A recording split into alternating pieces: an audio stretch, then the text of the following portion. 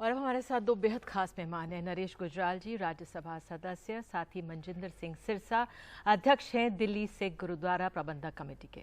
सिरसा जी नमस्कार। और पहला सवाल तो मैं आपसे यही पूछूंगी कि ऑक्सीजन लंगर के बारे में कैसे विचार आया? जब हमने इस लंगर के दृश्य अपनी न्यूज़ में देखे और दिखाए तो बहुत राहत मिली थी।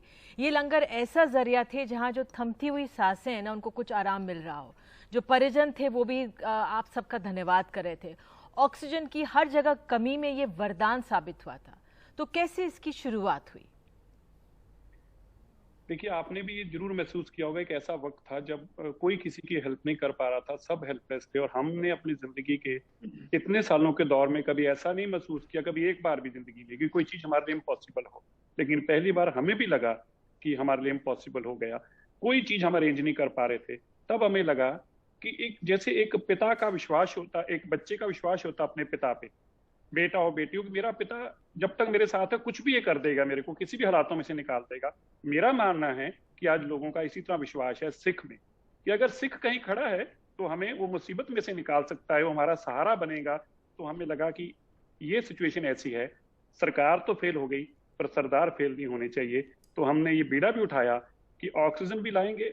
और आप ये जानकर हैरान होंगे कि इस ऑक्सीजन के लिए हमें क्या क्या दाम देने पड़े, और देश के किस किस कोने से, कोई देश का कोना नहीं है जहां तक हम पहुंचे नहीं। रात रात को हमारे लोग जाते थे, किस तरह से हम ऑक्सीजन अरेंज करते थे।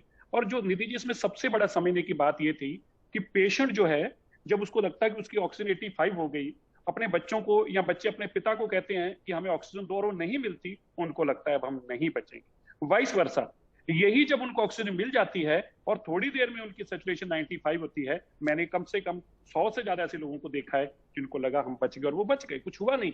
तो ये एक ऐसी सिचुएशन थी जो पैनिक के कारण लोग, हालात ऐसे बिगड़ गए थे। तो हमने तब ये सोचा कि हम इमीडिएटली विद इन 24 आवर्स हमने ये डिसीजन लिया कि ऑक्सीजन लंगर्स लगाएंगे। और उसी दिन हमने ये सोच लिया कि एक हफ्ते के अंदर अंदर, जैसे आर्मी हॉस्पिटल बनाती है, हम ये रिकॉर्ड कायम करेंगे कि देश के अंदर 250 बेड का proper Covid care centre with all facilities of oxygen and medical facilities.